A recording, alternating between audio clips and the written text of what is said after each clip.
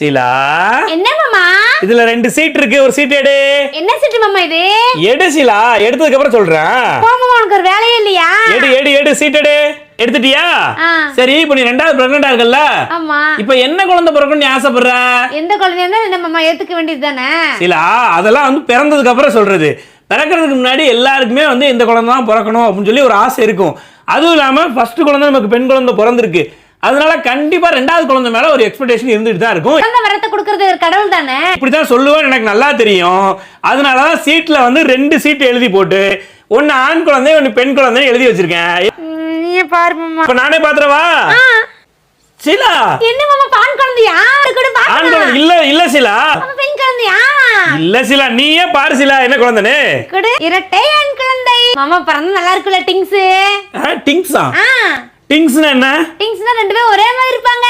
அது ட்வின்ஸ் சீலா.